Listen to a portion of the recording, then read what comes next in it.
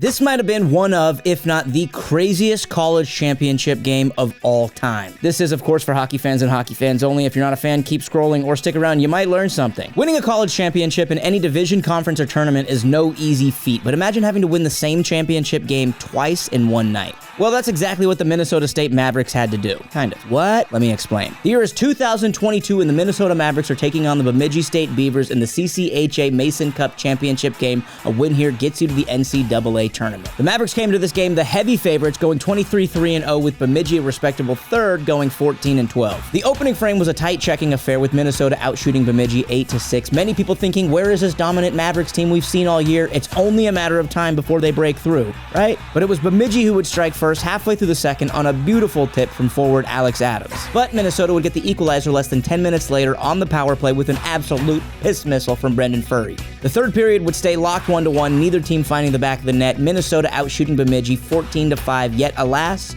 we're headed to overtime. But Minnesota would need just 3 minutes and 2 seconds to prove why they were the heavy favorites when San Diego, California's own Josh Grohl stormed up the right side around the defenseman and tucks it in far side. So it appeared. The building went crazy, the team celebrated, and were given a full championship ceremony while fans in the arena cheered them on, thinking their Minnesota State Mavericks had just punched their ticket to the NCAA tournament. Over an hour after the goal was scored, the teams went back to their respective locker rooms and fans exited the arena.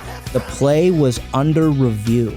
On further review, it appeared the post came off its moorings and slightly lifted, allowing the puck to slide under before ending up in the back of the net. Ouch.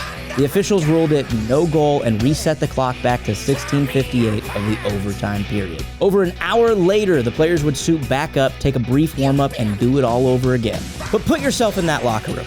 This is college hockey, not AAA, not juniors. Most of the Minnesota team was of legal drinking age, and those who weren't, who's going to deny a 19-year-old a couple of Bud Lights on the greatest night of his life? Not that big a deal, right, Mrs. McKenna? You've seen championship locker celebrations. We all know what's going on in there. There's no way those boys weren't tossing them back. They reset, Bemidji gets a second chance, and Minnesota needs to sober up after definitely catching a buzz, but it was the Beavers who looked drunk on this beautiful breakout pass just 1 minute after resuming play. Beavers D-man pinches, one-touch pass on the breakout. Bemidji's covering forward, trips over his own nerves, a little dipsy doodle, and a perfect drop pass to the trailing D-man who buries another OT winner. There would be no replay on this one. The half-empty arena celebrated as their Mavericks won the Mason Cup championship for real this time. Minnesota would go on to lose the NCAA Frozen Four championship game to the University of Denver 5-1 on 5 unanswered third-period goals. Nice. Did the Minnesota Mavericks need a little bit more liquid courage to unlock their full potential? You could say. But I like this story, and if you like this video, give it a like, drop a comment, and make sure to follow for more. Thanks for watching. Peace.